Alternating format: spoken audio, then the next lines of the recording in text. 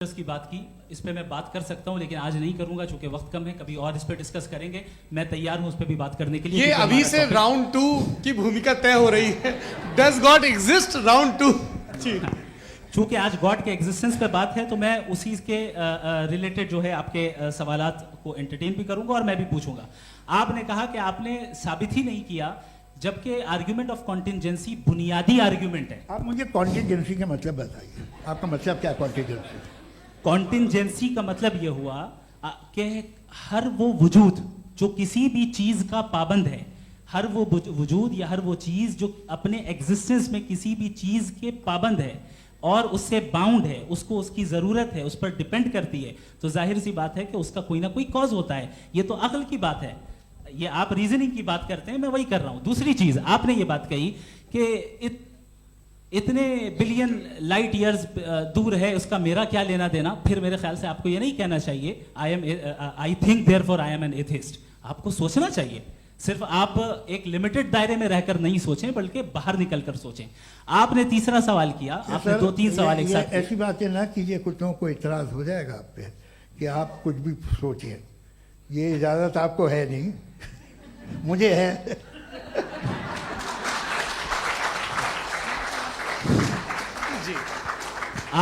आपने problem of evil के ताल्लुक से सवाल किया और बार बार आप एक लफ्ज रिपीट कर रहे हैं कि ओमनीपोटेंट गॉड है, ऑल पावरफुल गॉड है। यही तो दरअसल समझना है कि गॉड का कॉन्सेप्ट क्या है। प्रॉब्लम ऑफ इविल जो है, प्रॉब्लम ऑफ इविल दर हकीकत 2 असम्पशंस पर कायम है। अगर आप इन 2 असम्पशंस को समझ जाएं तो ये प्रॉब्लम नहीं रहेगी, आर्ग्यूमेंट आपको समझ में आ जाएगी कि ये कोलैप्स कर जाता है। पॉइंट नंबर 1, यानी जो आपका सबसे पहला फॉल्स असम्पशन है कि गॉड मर्सीफुल है, ओमनीपोटेंट है, दुनिया में जुल्म हो रहा है। लेकिन आपको यह समझना चाहिए कि हमारे वर्ल्ड व्यू के मुताबिक गॉड सिर्फ ओमनीपोटेंट और सिर्फ मर्सीफुल नहीं है, बल्कि वो ऑल वाइज भी है और वो ऑल नोइंग भी है। उसके हर काम के पीछे हिकमत और विजडम है। ये कोई जरूरी नहीं है कि वो हिकमत और विजडम आपको समझ में आए या मुझे समझ में आए। अगर आप जो समझ रहे हैं उसके मुताबिक आप फैसला कर रहे हैं, ये लिमिटेड पर्सपेक्टिव से आर्ग्यूमेंट है। और इस चीज को हम अपनी दुनिया में, अपने लाइफ में, डेली लाइफ में इस प्रिंसिपल को एक्सेप्ट करते हैं। हम जब किसी डॉक्टर के पास जाते हैं, डॉक्टर के पास जाकर वो अगर उसने हमें कोई दवाई दी है तो हम ये तो नहीं कहते कि जब तक आपके पास जितना नॉलेज और जितना विजडम नहीं है, आपने क्यों ये दवाई दी है, तब तक हम इस चीज को एक्सेप्ट नहीं करेंगे। नहीं कहते, हम उसकी अथॉरिटी को तस्लीम करते हैं। क्यों? क्योंकि उसकी हम जानते हैं कि वो नॉलेजेबल है, वो विजडम वाला है, हमसे ज्यादा नॉलेज और हमसे ज्यादा विजडम है। बताएं सर। नहीं, डॉक्टर में और खुदा में बड़ा डिफरेंस है। डॉक्टर पढ़ा लिखा होता है, एक तो मैं उसकी बात सुनूंगा। 2 ये नहीं, कुछ जवाब तो ये भी नहीं है। सर प्लीज, आप अगर सब ऑडियंस से बोलने लगेंगे तो फिर मतलब नहीं सिविलाइज्ड बहस का। मतलब आप ये कहें कि चूंकि आप डॉक्टर पे बिलीव करते हैं इसलिए खुदा पे बिलीव किए, क्या ये मिसाल आपको समझाने के लिए आर्गुमेंट है, इस पे आपको एतराज नहीं है। तो सिंपल बात ये है कि मैं अगर ये यकीन कर लूँ कि एक ओमनीपोटेंट, उसकी मसलहत है, ये जो बच्चे मर रहे हैं ये मसलहत है उसकी, मुझे नहीं चाहिए थी मसलहत। उसकी मसलहत नहीं, यही तो समझना है। मतलब एक्सपीरियंस। अच्छा, इस आपने अभी मेरी बात पूरी सुनी नहीं। मैंने कहा आपका पूरा आर्ग्यूमेंट 2 फॉल्स असम्पशंस पर है।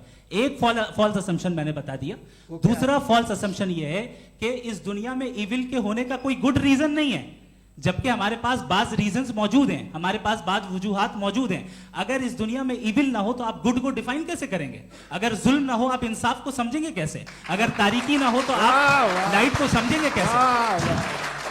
बहुत अच्छे। अभी और सुन लें, अभी और बाकी है। ये तो बात बहुत पसंद आई साहब मुझे कि जब तक रेप ना हो तब तक औरतों की इज्जत का ख्याल आपने मेरा जवाब पूरा सुना ही नहीं। जब तक के बच्चों का कत्ल ना किया जाए तब तक आपको बच्चों की मासूमियत की इज्जत। आपने पूरा जवाब सुना ही नहीं। क्या बात है, क्या आपने नुक्ता निकाला? आपने पूरा जवाब सुना ही नहीं। आप सुन लें, मेरी बात सुन लें।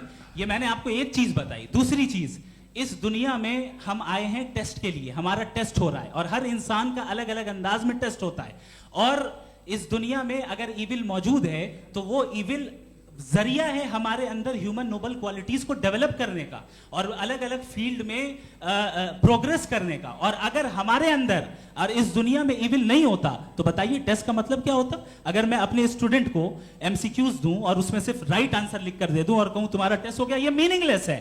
इस दुनिया में अगर हम टेस्ट के लिए आए हैं तो जाहिर है गुड एंड इविल दोनों मौजूद है। बताइए। तो अगर गुड एंड ईविल दोनों मौजूद है तो ये ईविल भी खुदा का बनाया हुआ है। जी हाँ, खुदा का बनाया हुआ है, लेकिन अच्छा, चलो अच्छी बात। जी बिल्कुल, तो बिल्कुल खुदा ने मतलब बनाया है। अभी तो ये है कि जो मेजॉरिटी है दुनिया में वो ईविल है, तो ये खुदा एक्चुअली ईविल के साइड पे लग रहा है मुझे।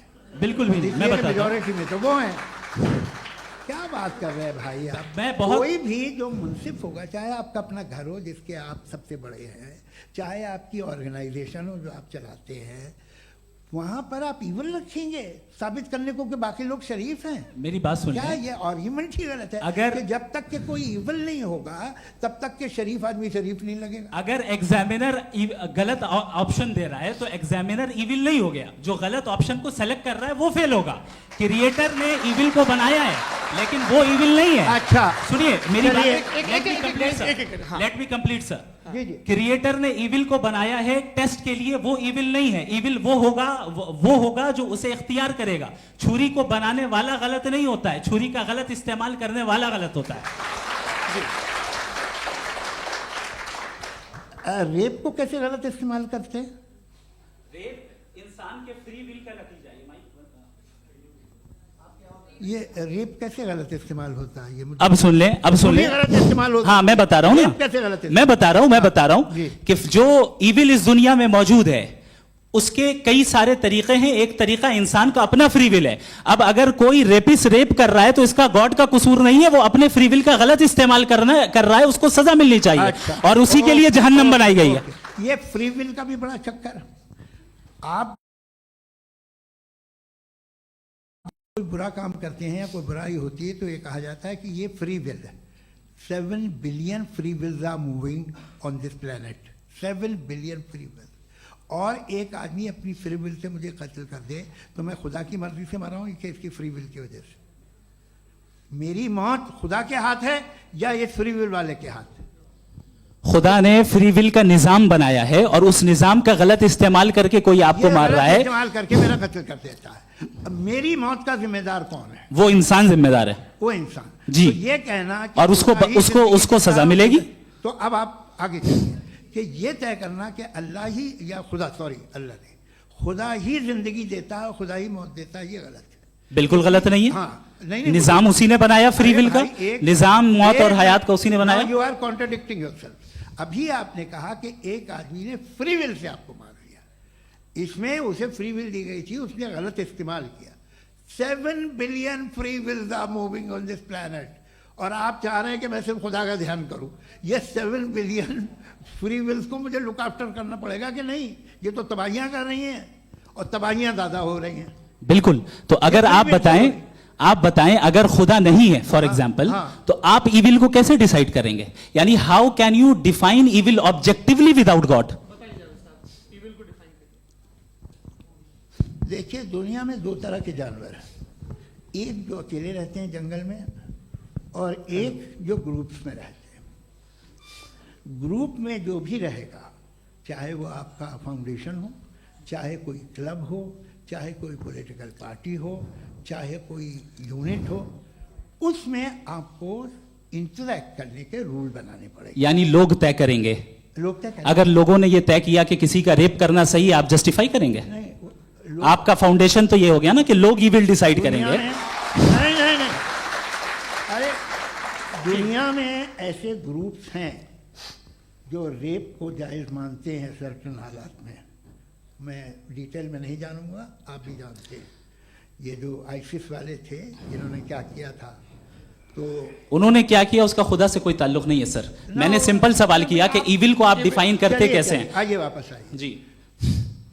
आप साथ में तभी रह सकते हैं जब कुछ आप ऐसे उसूल डेवलप करें जिसमें हर एक का बेसिक तहफ़्फ़ुज़, हर एक का बेसिक राइट हो और हर एक को कोई आराम मिले। यही तरीक़ा है किसी भी ऑर्गेनाइजेशन जिसमें एक से ज़्यादा लोग हैं और वो ऐसे चलती है ज़िंदगी। उसमें अगर आप गड़बड़ करेंगे तो तबाही होगी, नुकसान होगा, बर्बादियाँ आएंगी। और अगर उसमें आप घर ले लीजिए ना, एक हस्बैंड है, एक वाइफ है, बच्चे हैं, वालदा भी हैं, 2 बहनें भी हैं, एक भाई भी है। अब इसमें कोई निज़ाम आपको चाहिए साथ में रहने का। और एक दूसरे पे भरोसा रहे, एक दूसरे के बहीख्वाह हों, एक दूसरे की मदद करें, ऐसी जिंदगी। सर आपकी बात आ गई, आप ये कह रहे हैं कि लोग डिसाइड करेंगे क्या सही है क्या गलत है, यही है मेजॉरिटी डिसाइड करेगी क्या सही है क्या गलत है? अरे भाई बिल्कुल। मेजॉरिटी अगर ये कहे कि नाजी जर्मनी के साथ जिस तरह मेजॉरिटी थी कि जेनोसाइड करना सही है, आप जस्टिफाई करेंगे? उस वक्त आपका ये सवाल सिर्फ उसके बाद क्लोजिंग। हाँ, उस वक्त प्लेनेट पे जो लोग थे, हाँ। उनमें कितने लोग हिटलर को सही समझते? अच्छा, प्लेनेट की मेजॉरिटी तय करेगी सोसाइटी की नहीं, प्लेनेट की मेजॉरिटी गॉड के एग्जिस्टेंस को सही मानती है, आप क्यों नहीं मानते? ये हेलो हेलो हेलो, ये क्रॉस क्वेश्चन का राउंड यहाँ पर समाप्त होता है। और ये बड़ा अच्छा है कि इस तरह से फ्रेगमेंट कर दिया गया है ताकि जो मरकरी ऊपर जा रहा है नीचे आ जाए। जवाब दे दूं।